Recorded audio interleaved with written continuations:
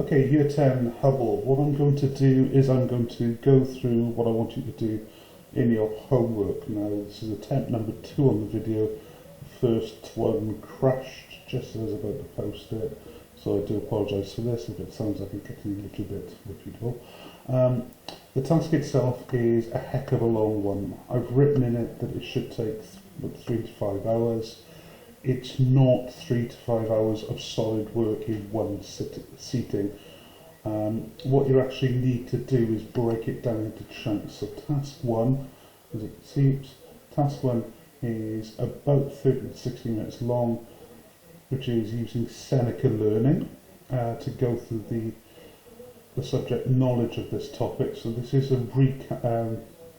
this is the knowledge-based part of it, where you are just going through Seneca learning, reading the information, and filling in the quizzes.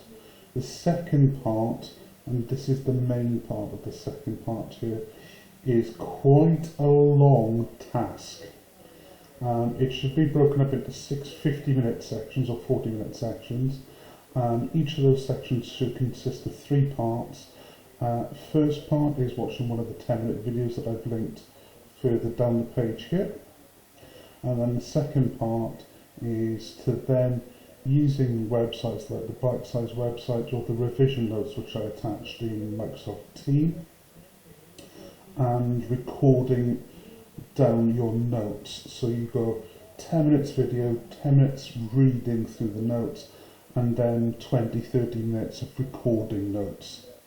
Now, these are the topics: it's potable water, treatment and disposal of wastewater, natural resources, metal ore extraction, life cycle assessment, and then reducing resources by usage. Once you've done that, then there are a few questions that I've linked that are a little bit further. So the exam pro questions here are just to check that you've understood what we've covered here. Now, bearing in mind they're GCSE questions, so they might ask you about topics which are outside of what we've studied so far. So that's the homework. What I've done then, and the little pane you see come up was to say that someone's online. What I've done with the homework is, once I've watched the video, I've then gone through, and in this case this is a Kindle book. I've actually bought a couple of exercise books which I use as reference notes and so on. So what I've to apologise for that as well. What I've done then is I've gone through, read my notes on these pages, and I'll come back to that in a second, to make sure that I've understood what's going on. I've also then gone on to the likes of the BBC Bite-sized website. Now, this is page 2 of the notes, so I will go back a page now, if I can find where it is. Back a page. So what I've done is I've gone through, I've read all the notes, I've made sure I've understood this and understood it, and as you can see here, you've got keywords which are highlighted in black. I will come back to them.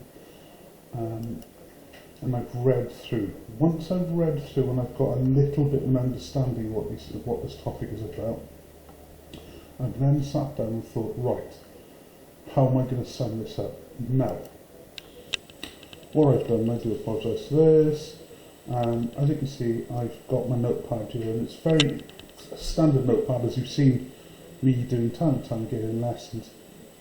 But what's different is I've split this up into the Cornell note-taking version, which I've linked a video to in the Microsoft Teams website, which is, you've got your main title across the top, you've got your main body of notes here. This is your cues and questions section, which is, you either write down keywords, which are your cues, or you write down questions, which are things that you think about once you've written the notes. So once you've written the notes. So when I read through the notes and I said make sure I've got a bit of an understanding of what it is, I've actually then written down into these sections the questions before I start with the notes. Once I've done that, then I then start to produce my notes. Now, I tend to use a lot of dual coding, as you know, so it's a lot of visual work rather than just straightforward note taken on this. So now that I've done that, what I actually then do is then start to transcribe it into my own notes. So I've produced my visual notes. This is everything that the Earth resources provide us with. So we've got rocks, fields, fresh water, seawater, plants and animals, air, sunlight and wind. Now, what do we use that for? I've then gone through and used the rest of my notes here. This is a little bit extended. Now, there's notes in the book on the Bite Size website that sum it up quite succinctly. But what I've done is I've added more detail to that to thresh it out, and I need to keep stop wobbling away from the hand drill. So I've got polymers, and it says that's from things. Where does that come from? Well, we use polymers to make plastics. Plastics come from oil. I've then done oxygen is used in respiratory oils in burning, blast furnaces and so on. So we add that there, and that air, that comes from the air. Water is used from rainwater, oceans or seas. We've then got food, which is plants and animals. We've then got clothes, which can either be chemical based or synthetic, which is the correct word, which is plants and animals. In fact, synthetic is there, which is, as I said, or natural, which can be cotton and silk. I've then gone into the shelter part of it and what we use shelter for. I've gone through and added details to it. Now, the reason why I've added details at that point is because what I am hoping to do is address any questions that appear in an exam that says using your own knowledge. So this is the notes this is more than the notes that are added on the Bite Size website. I've added to this and to add my own knowledge to develop it further. What I then do is I've got this little bit here which I said about what is sustainable development. I made sure I put a note in that down the bottom.